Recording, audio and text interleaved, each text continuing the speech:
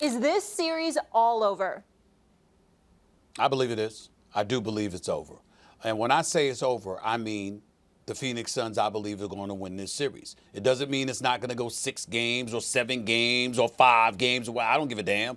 I'm just telling you that when the series is over, I believe the Phoenix Suns will be going to the NBA Finals, because I don't believe the Los Angeles Clippers without Kawhi Leonard can beat the Phoenix Suns the next 4 out of 5 games. It's really, really that simple to me. That's where I'm at with it, Max.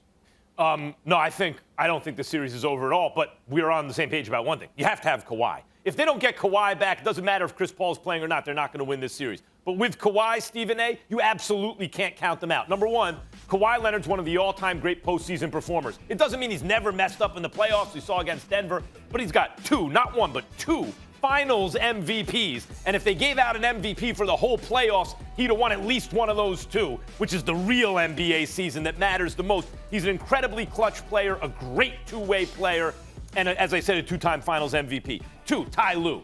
Ty Lue, for my money, is the best coach in the league. Greg Popovich, Eric Spoelstra, by the way, Monty Williams, and others. But if I had a coach for my team, I'd want Ty Lue.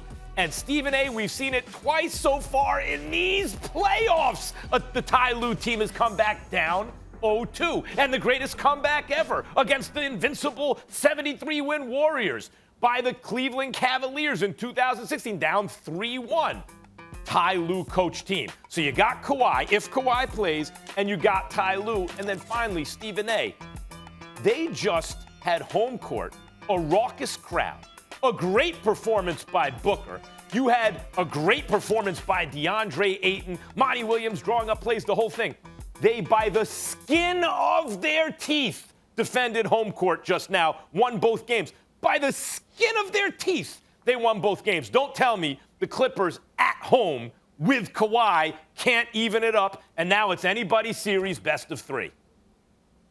Well, what I would tell you is that this segment was supposed to be a quick segment, and clearly you ruined that notion. So since you did that, let me say this to you. Yes, Ty Lue can coach his butt off. Yes, the Clippers are capable of doing a lot of different things. But here's my thing. When they came back from 0-2 to Dallas, they had Kawhi Leonard. When they came back from 0-2 against Utah, they had Kawhi Leonard pretty much for the most part before he got injured late in Game 4. So I'm looking at it from the standpoint that in this particular situation, not only do you not have Kawhi Leonard, but the Phoenix Suns won the first 2 games without Chris Paul. Chris Paul will be back Thursday night, okay? Just trust me on that. He'll be back. And as a result of him being back, and Devin Booker, by the way, how many games is Devin Booker going to play like he played last night? We don't see that very often from Devin Booker. I don't think we'll see it again. I think he'll play significantly better than he did last night. Cameron Payne, a reserve, comes off the bench, Max. A backup point guard comes off the bench, okay, and drops 29 with 8 assists in 37 minutes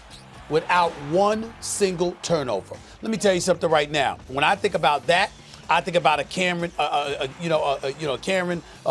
Jordan, him coming out and hitting all 5 of his shots.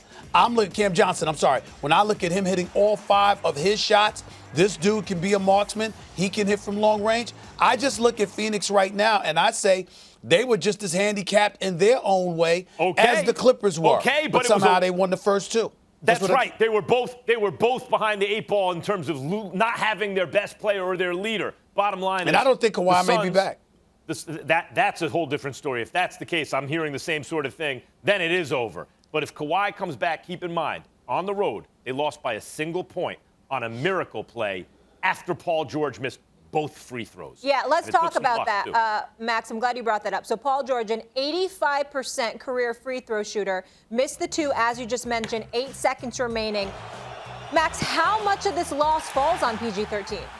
I can't put it on Paul George. Look, that moment's not for him. I know he hit a clutch shot before then, but it didn't surprise me that he missed those free throws. He has a reputation in the playoffs for a reason. But Stephen A., he's a number 2. He's not a number 1. They're playing without their number 1. And he didn't have the most efficient game, but he played well enough that his team was in a position to win, right? If you're going to count those free throws against Paul George, then you also have to count Kevin Durant's air ball against KD. I'm just saying, most people don't count that against KD. I'm not counting this against. I'm not saying this. Paul George is the reason they lost that game. Well, recline back in your chair and take notes about the game of basketball. right here, right now. Because that's one of the most utterly nonsensical things that came out of your mouth. When you talk about Paul George, okay? Paul George showed up and went on his personal 8-2 run, Max Kellerman.